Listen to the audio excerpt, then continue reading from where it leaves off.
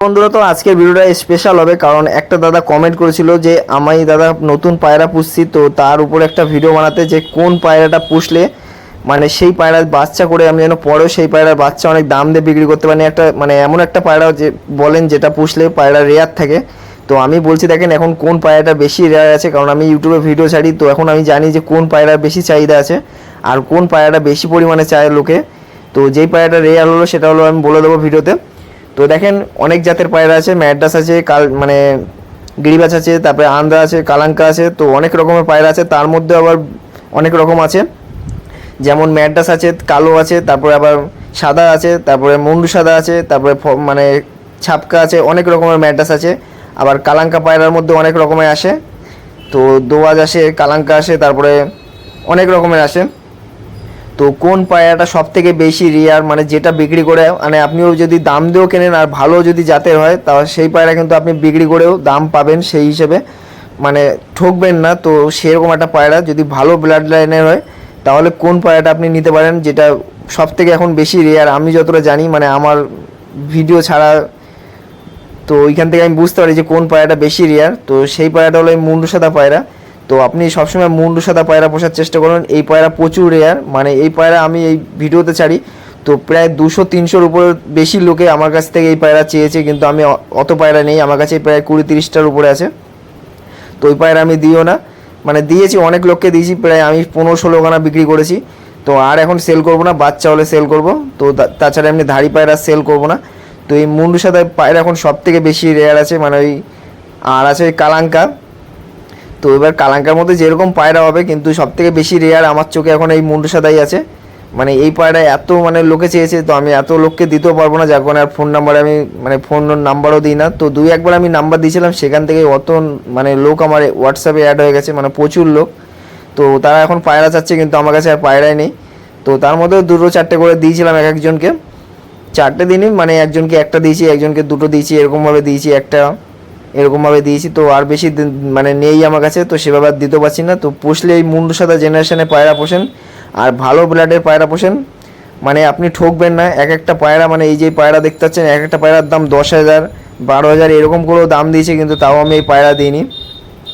তো 2-1জনে এতটাই দরকার ছিল যে আমার তাকে মানে দিতেই হয়েছে পায়রা। তো আর মানে সেভাবে আমার কাছে মানে বেচার ইচ্ছা নেই, কারণ আমার কাছে প্রায় এখন যা খোপ আছে আমার কাছে প্রায় মানে 80খানা পায়রা থাকবে, সেই হিসেবে আমার কাছে 35 কি 40টা পায়রা আছে। তো এখনও প্রায় আমার খোপ খালি আছে, তো এখন যদি আমি দিয়ে দিই তো সে পায়রা আমারই মানে লস। মানে আমি আমার কাছে এখন যত বেশি পায়রা থাকবে তত বেশি বাচ্চা হবে, কিন্তু সেই হিসেবে আমার কাছে খোপ অনেক খালি হয়ে গেছে। তার মধ্যেও আমি এই কদিন আগেই প্রায় 4-5টাই পায়রা বিক্রি করে দিলাম, পুরো মেন ধাড়ি 4টে বাচ্চা আর বাচ্চা 3টে বিক্রি করেছিলাম। তো তাদেরও উড়ান দারুণ ছিল। তো আপনারাও কিন্তু এই মুন্ডু সাদা জেনারেশনে পায়রা পুষতে পারেন। তো সব জায়গাতে মানে যেখান থেকে পায়রা কিনবেন, ধরেন কারো কাছ থেকে একটা নিলেন আর একটা অন্য কারো কাছ থেকে নেবেন, সেইভাবে আমি জোড়া যেভাবে দিতে বলি ওইভাবে জোড়া দিয়ে দেখে নেবেন যে কীভাবে জোড়াটা দিতে হয়, দিয়ে সেই পায়রার বাচ্চা করেন। যদি মুন্ডু সাদা বাচ্চা বেরোয় তাহলে কিন্তু আপনি ভালো দাম পাওয়ার একটা চান্স আছে। তো এইটা দেখেন মুন্ডু সাদা জেনারেশনই কিন্তু পায়রা, মানে জেনারেশন কেউ ডাইরেক্ট ওদের ভাই বোনের বাচ্চা, কিন্তু এই চোখটার আর এর মধ্যে দেখেন কোনো মুন্ডু সাদাই নেই, কিন্তু লাল টকটকে চোখ, অ্যান্টিক পিস। এই পায়রাটা আমার কাছে প্রায় 10-12 জনের উপরে চেয়েছে এই পায়রাটা, মানে দারুণ একটা পায়রা। শুধু এই পায়রাটাকে এখনও আকাশে ওড়ানো হয়নি, তো এর ভাই উড়েছে 8.5 ঘন্টা উড়েছিল, তো এর ভাইয়ের প্রচুর উড়ান আছে।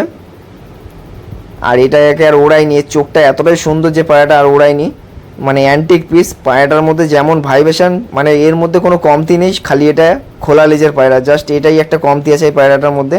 এটা খোলা লেজের পায়রা, বন্ধ লেজ হলে আরও বেশি রেয়ার হতো এই পায়রা।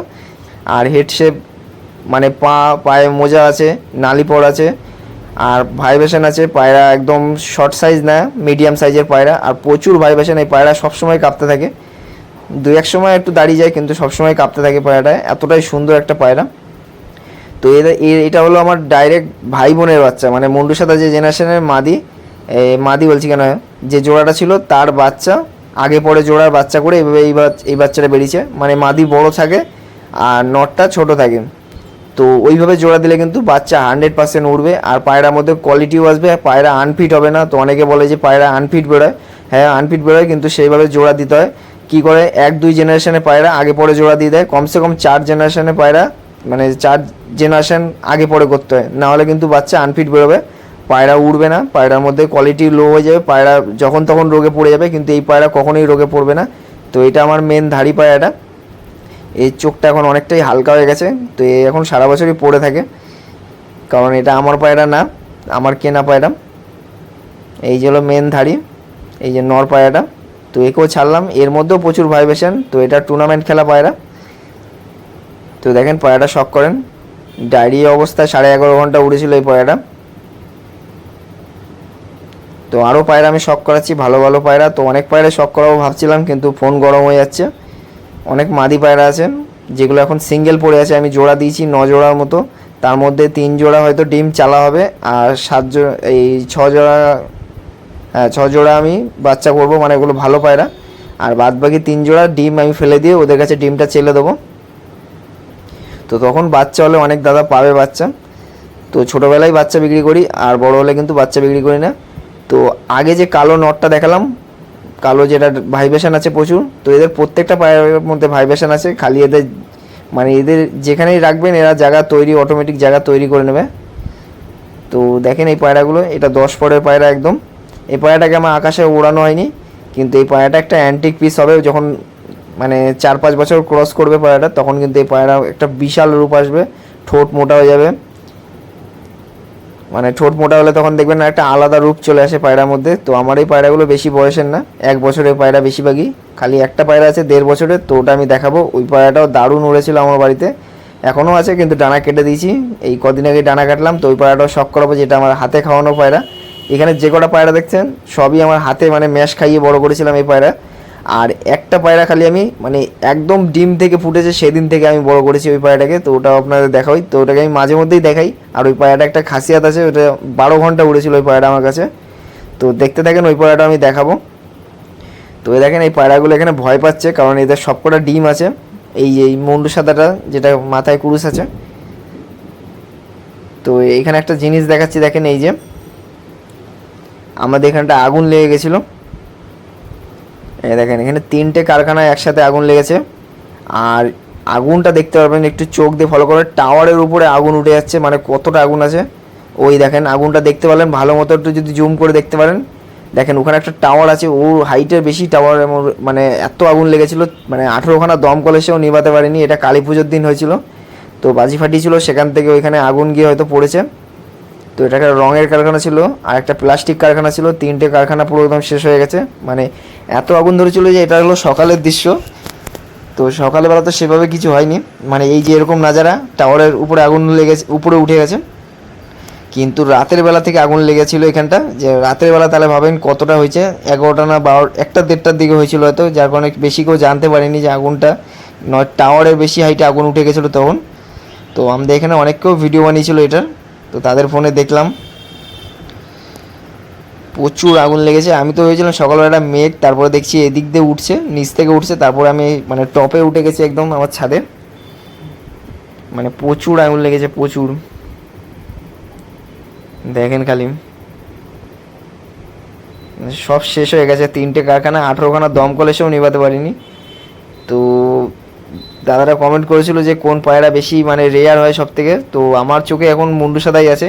তো ওই পায়রা যেমন চাই দাম, মানে কি বলবো, আমি ফোন নাম্বার দিইনি, তাও অত লোক আমার হোয়াটসঅ্যাপে অ্যাড হয়ে গেছে, প্রায় 200-র উপরে। তো বুঝতেই পারছেন ওই পায়রা কতটাই রেয়ার। আর ভালো পায়রা রাখবেন তাহলে ভালো দাম পাবেন।